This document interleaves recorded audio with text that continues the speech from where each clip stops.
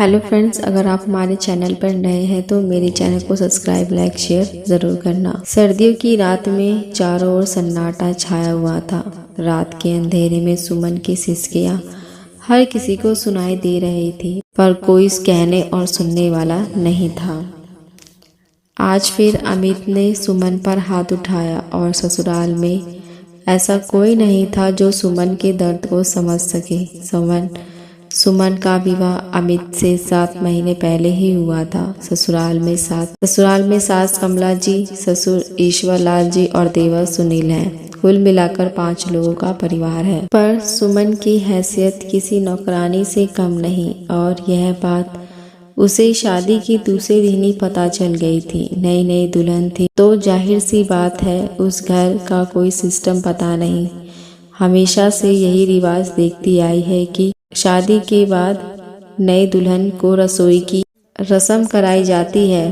पर जब वह शादी के दूसरे दिन अपने कमरे में बैठी हुई थी और उसके पति ने आकर उसके गाल पर तमाचा खींचकर मारा था, अब तेरे होते हुए भी खाना माँ को बनाना पड़ेगा या कोई नौकर चाकर भेजे हैं तेरे मामा मामी ने? जा रसोई में जाकर खाना बना। सुमन अपने पति के इस तरह के व्यवहार से हक्की बक्की रह गई। आंखों में आंसू लिए चुपचाप रसोई की तरफ चल दी और अपने आप ही सामान ढूंढकर खाना बनाया। आखिर दोष भी दे तो किसे?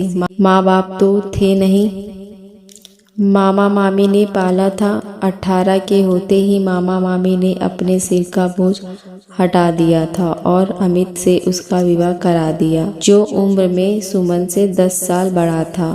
अब तो अक्सर ऐसा ही होने लगा था। जैसे छोटी छोटी बात पर अमित सुमन पर हाथ उठा देता। पहले तो फिर भी कमरे में हाथ उठा देता, पर आज तो वो इतना बेशर्म हो गया था कि सबके सामने ही उसने सुमन पर हाथ उठा दिया। और सबसे बड़ी बात कि इतने मेहमान वहाँ मौजूद थे, किसी ने भी कुछ नहीं कहा।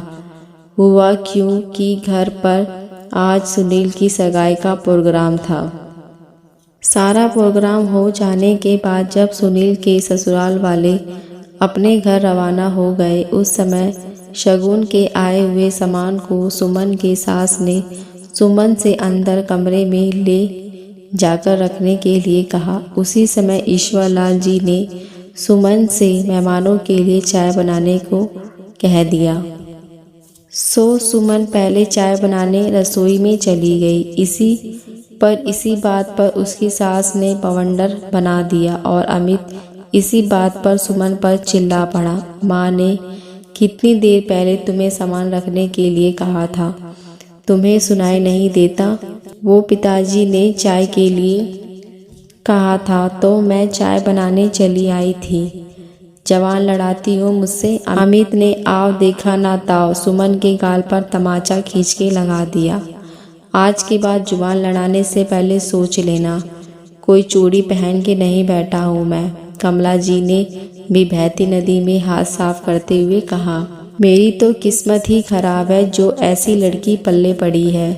पर तू ये मत सोचना कि मैं कमजोर हूँ। 2 बेटे हैं मेरे पास, उन्होंने कोई चूड़ियाँ नहीं पहन रखी हैं। जो तू इस तरह की हरकत करेगी वो तुझे छोड़ देंगे। अब यहाँ खड़ी खड़ी क्या मनुष्यत फैला रही है? जा काम कर अपना।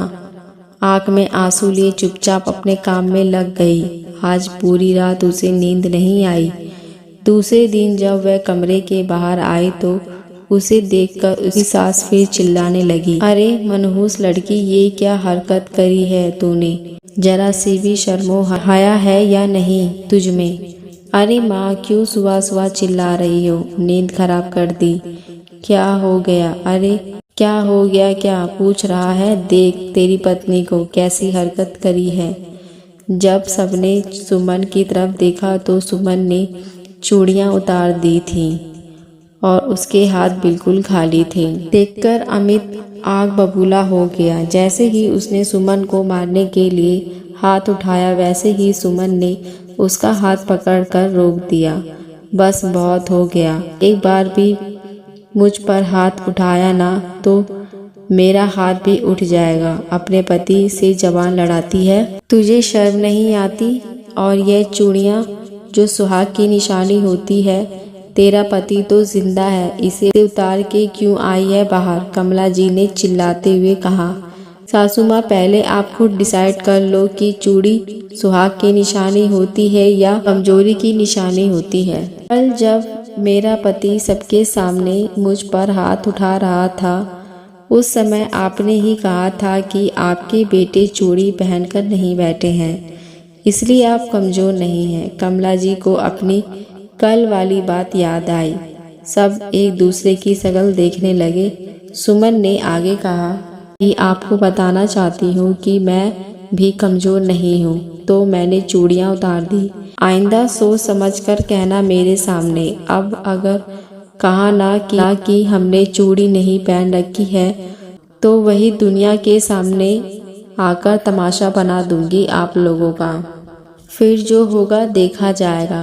अपनी बहू का ऐसा रुद्र रूप देखकर घर के सभी लोग हैरान हो गए। उसी दिन के बाद अमित ने कभी भी सुमन पर हाथ नहीं उठाया। सुमन इतना समझ चुकी थी कि अपने लिए खुद ही लड़ना पड़ता है। सही है दोस्तों, चूड़ी कभी कमजोरी की निशानी नहीं होती। हम लोग चूड़ियाँ पहनते हैं क्योंकि हमें चूड़ियाँ पहनना पसंद है। तो दोस्तों कमेंट करके बताएं सुमन ने सही किया या नहीं।